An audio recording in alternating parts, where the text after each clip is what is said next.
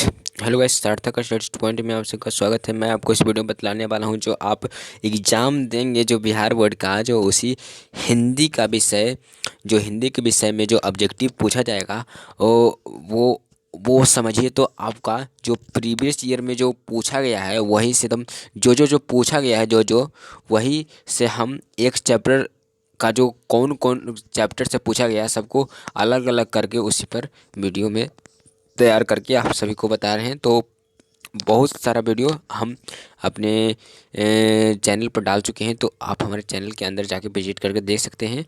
और जो डाले हैं सब प्रीवियस ईयर, मतलब कि जो अगर आप ये सब पढ़िएगा, ये सब देखिए क्वेश्चन, ये सब क्वेश्चन, ये सब क्वेश्चन जो है, जो 7वां चैप्टर है जो हिंदी का परंपरा और मूल्यांकन से। तो परंपरा और मूल्यांकन से पिछले साल 2011 से लेकर 2023 तक जो भी पूछा गया है इस चैप्टर से हिंदी का, जो ये गद्यखंड का 7वां चैप्टर है परंपरा का मूल्यांकन, जिसका कौन देखिए, परंपरा का मूल्यांकन, इसके लेखक हैं रामविलास शर्मा। इसी से आपको पूरा मतलब कि बताएंगे।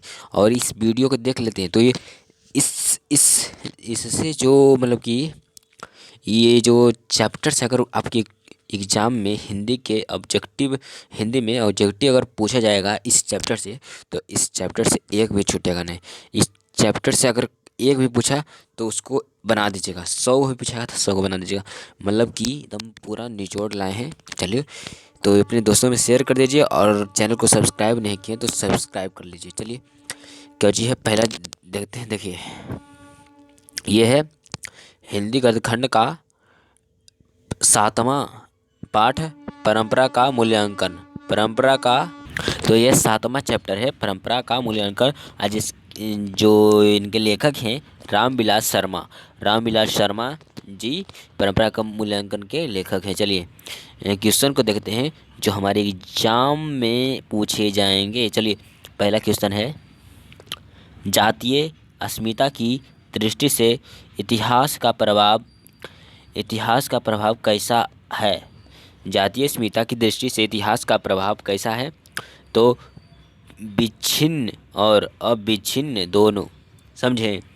तो एक का हमारा सी होगा, एक का क्या होगा, सी ऑप्शन होगा। चलिए, दूसरा क्या है, दूसरा है साहित्य की परंपरा का पूर्ण ज्ञान किस व्यवस्था में संभव है। साहित्य की परंपरा का पूर्ण ज्ञान किस व्यवस्था में संभव है। तो 2 का सी नंबर होगा, समाजवादी व्यवस्था में। समाजवादी व्यवस्था में साहित्य की परंपरा का पूर्ण ज्ञान मतलब कि संभव है। चलिए, 2 का सी नंबर होगा। तीसरा देखिए, तीसरा है परंपरा का मूल्यांकन पाठ के लेखक कौन है। तो परंपरा के मूल्यांकन के पाठ के लेखक हैं रामविलास शर्मा। तीसरा का सी ऑप्शन होगा। चलिए, चौथा क्या है, रामविलास शर्मा का जन्म कहाँ हुआ था। रामविलास शर्मा जी का जन्म उत्तर प्रदेश में हुआ है, मतलब कि 4 का डी ऑप्शन होगा। 4 का डी ऑप्शन, उत्तर प्रदेश में रामविलास शर्मा जी का जन्म हुआ है, उत्तर प्रदेश में। चलिए, 5वां क्वेश्चन क्या है, रामविलास शर्मा का जन्म कब हुआ था। रामविलास शर्मा जी का जन्म कब हुआ था। 10 अक्टूबर 1912 ईस्वी में हुआ है उनका जन्म, रामविलास शर्मा जी का। 5 का सी ऑप्शन होगा। छठा देखिए, छठा क्या है, रामविलास शर्मा कौन राज्य में पढ़ने गए थे। रामविलास शर्मा कौन राज्य में पढ़ने गए थे। तो लखनऊ, लखनऊ जो कहाँ है, उत्तर प्रदेश में। सी मतलब कि थी, सॉरी, 6 का ए ऑप्शन होगा। 6 का ए ऑप्शन। 7वां, रामविलास शर्मा किस विद्यालय में पढ़ने गए थे। रामविलास शर्मा किस विद्यालय में पढ़ने गए थे। तो पढ़ने गए थे विश्वविद्यालय लखनऊ, लखनऊ में पढ़ने गए थे। कौन विद्यालय, विश्वविद्यालय में, वो लखनऊ में है तो इसलिए लखनऊ। तो 7 का डी ऑप्शन, 7 का डी ऑप्शन। चलिए, 8वां देखिए, रामविलास शर्मा का निधन कहाँ हुआ था। रामविलास शर्मा जी का निधन कहाँ हुआ था, दिल्ली में। दिल्ली में उनका मतलब कि देहांत, मतलब कि उनका मृत्यु हो गया था। चलिए, 8 का बी ऑप्शन, 8 का बी ऑप्शन। 9वां क्वेश्चन देखते हैं, रामविलास शर्मा का निधन किस ईस्वी में हुआ था। रामविलास शर्मा जी का निधन कौन से वर्ष कौन सी ईस्वी में हुआ था? तो उनका 30 मई 2000 ईस्वी में उनका मृत्यु हो गया। 30 मई 2000 ईस्वी में उनका मृत्यु हो गया, मतलब कि नो का ए ऑप्शन, नो का ए ऑप्शन। देखिए 10वां केची है, 10वां हमारा है, 10वां है रामविलास शर्मा ने लखनऊ विश्वविद्यालय के किस विभाग में सत्यापन कार्य किया था? तो किए थे अंग्रेजी में। रामविलास शर्मा ने लखनऊ विश्वविद्यालय के किस विभाग में सत्यापन मतलब कि पढ़ाई किए?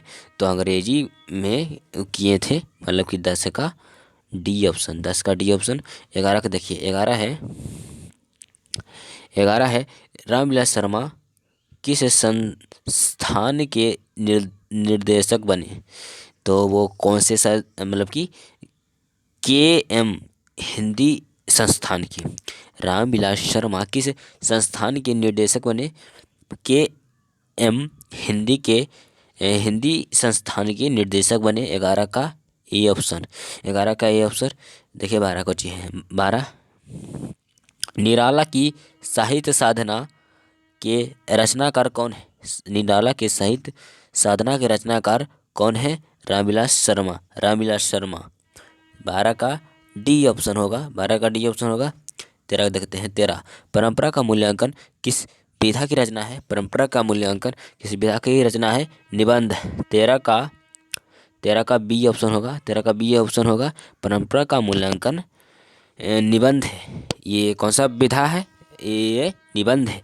14 देखिए, 14 क्वेश्चन क्या है? 14 है किन लोगों के लिए साहित्य की परंपरा का ज्ञान सबसे आवश्यक है? तो जो साहित्य में युग परिवर्तन करना चाहते हैं, जो साहित्य में युग परिवर्तन करना चाहते हैं, उन्हीं लोगों के लिए साहित्य की परंपरा का ज्ञान सबसे आवश्यक है। तो 14 का होगा सी ऑप्शन। 14 का क्या होगा? सी ऑप्शन होगा। 14 का सी ऑप्शन होगा। देखिए अब 15 क्वेश्चन देखिए क्या है? साहित्य की परंपरा का मूल्यांकन करते हुए सबसे पहले हम किस साहित्य का निर्धारित करते हैं? तो कौन करते हैं? देखिए, जो श्रमिक जनता के हितों को प्रतिबिंबित करता है। 15 का ए ऑप्शन होगा, 15 का ए ऑप्शन होगा। चलिए 16 क्या है क्वेश्चन देखिए, 16 क्वेश्चन है, 16 क्वेश्चन है साहित्य में विकास प्रक्रिया किस तरह संपन्न होती है?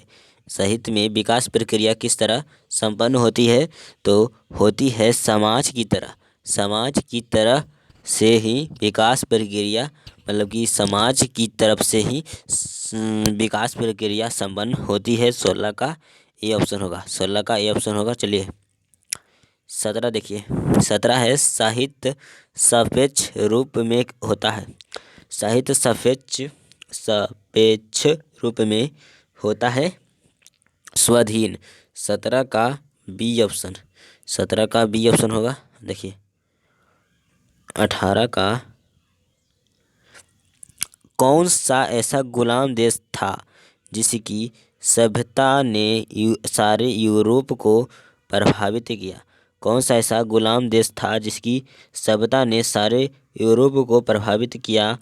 तो था एथेंस जिसका गुलाम देश, मतलब कि इसकी सभ्यता को सारे यूरोप पर प्रभावित पड़ा, मतलब प्रभाव पड़ा एथेंस की। तो 18 का हमारा डी ऑप्शन होगा, 18 का डी ऑप्शन।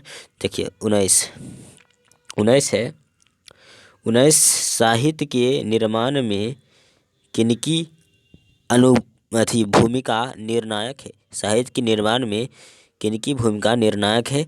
तो प्रतिभाशाली मनुष्यों की साहित्य के निर्माण में भूमिका निर्णायक है। 19 का ए ऑप्शन होगा, 19 का ए ऑप्शन होगा, प्रतिभाशाली मनुष्य।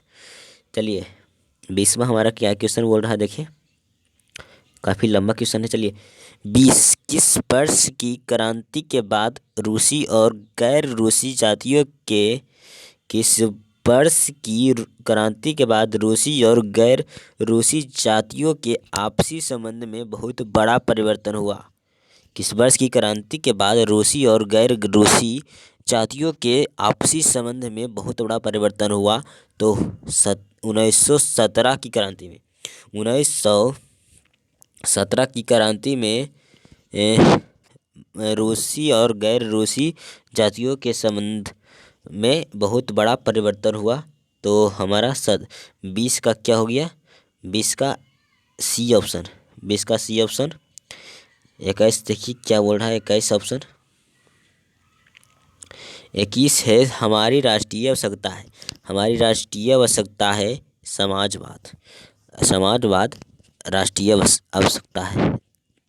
तो 21 का क्या है? 21 का ए ऑप्शन। 21 का ए ऑप्शन समाजवाद हमारा राष्ट्रीय आवश्यकता है समाजवाद। 22 का क्वेश्चन देखिए कुछ है। 22 का क्वेश्चन कह रहा है साहित्य की परंपरा का पूर्ण ज्ञान किस व्यवस्था में संभव है? तो समाजवादी व्यवस्था में साहित्य का परंपरा का पूर्ण ज्ञान संभव है। 22 का सी ऑप्शन। 22 का सी ऑप्शन। अब 23 समाजवादी व्यवस्था किस संस्कृति से नाता नहीं। देखिए क्या है उधर। समाजवादी व्यवस्था किस संस्कृति से नाता नहीं तोड़ती? तो वो प्राचीन संस्कृति से समाजवादी व्यवस्था की संस्कृति नाता नहीं तोड़ती है। चलिए 23 का क्या हो गया? सी ऑप्शन होगा। 23 का सी ऑप्शन होगा। 24 देखिए 24 परंपरा का मूल्यांकन किसकी पुस्तक है? परंपरा का मूल्यांकन किसकी पुस्तक है? रामविलास शर्मा जी का पुस्तक है। परंपरा का मूल्यांकन किसका पुस्तक है? रामविलास शर्मा का पुस्तक है। मतलब 24 का ए ऑप्शन रामविलास शर्मा जी। चलिए प्रगतिशील आलोचना का विकास होता है। प्रगतिशील आलोचना का विकास होता है साहित्य की परंपरा के ज्ञान से। साहित्य की परंपरा के ज्ञान से मतलब 25 का बी ऑप्शन होगा। 26 है सभ्यता का हर स्तर क्या नहीं होता है? सभ्यता का हर स्तर क्या नहीं होता है? तो वर्ग युद्ध सभ्यता का स्तर नहीं होता है। समझे? 26 का सी होगा वर्ग युद्ध। अब देखिए क्या है। साहित्य सापेक्ष रूप में क्या होता है? साहित्य सापेक्ष रूप में क्या होता है? स्वाधीन। 27 का डी ऑप्शन होगा स्वाधीन। 28 देखिए 28 है एथेंस किस महादेश में है? एथेंस किस महादेश में है? तो एथेंस यूरोप में, यूरोप महादेश में है। 28 का ए ऑप्शन होगा। 29 देखिए 29 है बायरन किस भाषा के कवि हैं? बायरन किस भाषा के कवि हैं? बायरन किस भाषा के कवि हैं? तो वो हैं अंग्रेजी भाषा के कवि हैं बायरन। मतलब कि 29 का हमारा क्या होगा? C option. 30 देखिए निराला की साहित्य साधना किनकी कृति है? निराला की साहित्य साधना किनकी कृति है? तो वो रामविलास शर्मा जी का कृति है। रामविलास शर्मा जी का कृति है। 30 का सी ऑप्शन होगा। 30 का सी ऑप्शन होगा। निराला की साहित्य साधना की किनकी कृति है? रामविलास शर्मा जी का कृति है। अब देखिए 31 निराला की साहित्य साधना कितने खंडों में रचित है? निराला की साहित्य साधना कितने खंडों में रचित है? तो 3 खंडों में रचित है। 3 खंडों में निराला और साहित्य साधना मतलब कि 3 खंडों में रचित है। 31 का बी ऑप्शन होगा। 31 का बी ऑप्शन। 32 देखिए 32 प्रेमचंद और उनका युग किनकी रचना है? प्रेमचंद और उनका युग किनकी रचना है? तो 32 का क्या होगा? देखिए 32 का डॉक्टर रामविलास शर्मा जी का प्रेमचंद और उनका युग मतलब की रचना है। तो 32 का डी ऑप्शन। 32 का डी ऑप्शन। 33 लैटिन कवि कौन है? लैटिन कवि कौन है? वर्जिल। वर्जिल लैटिन कवि है, लैटिन कवि। 33 का ए ऑप्शन होगा, 33 का ए ऑप्शन होगा। 34 तरस्तक में कितने कवियों की कविताएं संग्रहित हैं? तरस्तक में कितने कवियों की कविताएं संग्रहित हैं? तो 7 कवियों के तरस्तक में कितने कवियों की कविताएं संग्रहित है? 7 कवियों की। 34 का डी ऑप्शन, 7 कवियों के। चलिए 35 अगे ने तरस्तक कब संपादित किया? अगे मतलब पूरा जो कोची नाम था, हीरानंद बादशाहन अगे, जो उनका मतलब कि तारस्तक कब संपादित किया गया? तो 1943 ईस्वी में। 1943 ईस्वी में, मतलब कि 35 का हमारा क्या हो गया? बी ऑप्शन हो गया। ये दूसरा मतलब कि ये दूसरा चैप्टर से क्वेश्चन आ गया है 35 नंबर। चलिए तभी ये भी जरूरी है। चलिए 36 है, शर्मा जी ने पुरस्कार की राशि किसे दान पूर्वक दिया? शर्मा जी ने पुरस्कार की राशि किसे दान स्वरूप दिया? तो दिया भारत सरकार को। भारत सरकार को शर्मा जी ने पुरस्कार की राशि किसे दान स्वरूप दिया? भारत सरकार को। 36 का सी, 36 का सी होगा, भारत सरकार को।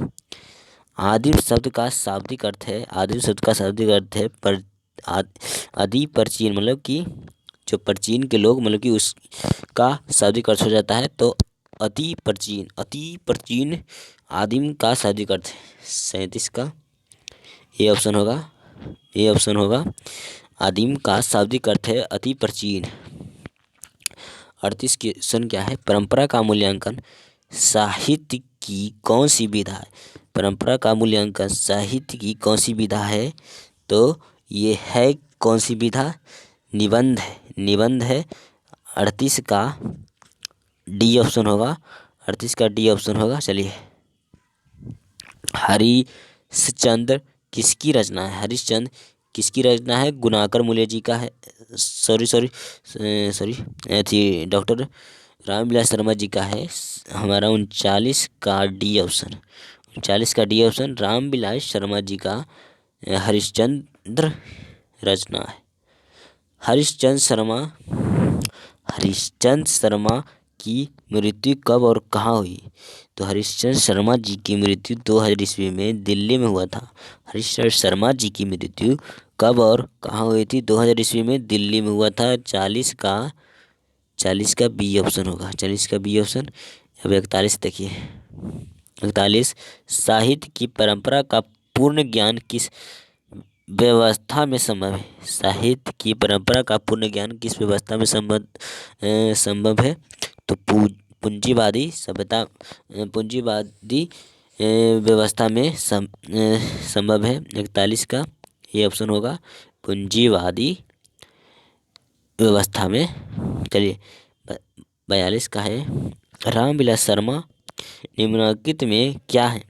रामविलास शर्मा निम्नलिखित में क्या है? आलोचक है। रामविलास शर्मा जी एक आलोचक है, मतलब 42 का ए ऑप्शन है, आलोचक। चलिए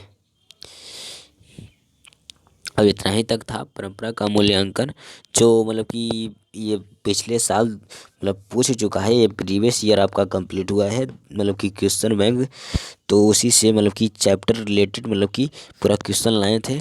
तो चलिए, अगर कुछ सीखने को मिला है तो लाइक करें और शेयर करें, सब्सक्राइब करें। और इससे ज़्यादा एग्जाम में, आपके एग्जाम में हिंदी के विषय में अगर ये पूछता है इस पाठ से, तो आपका पूरा क्वेश्चन बनेगा, अगर अच्छा से आप देख लिए हैं। और एक बार फिर से इसको वीडियो को देख लीजिएगा, रिवीजन हो जाएगा। चलिए अगले वीडियो में मिलेंगे, तब तक के लिए जय हिंद जय भारत। और अपने दोस्तों में शेयर कर दीजिए, और सब्सक्राइब नहीं किया तो सब्सक्राइब कर दीजिए। चलिए धन्यवाद।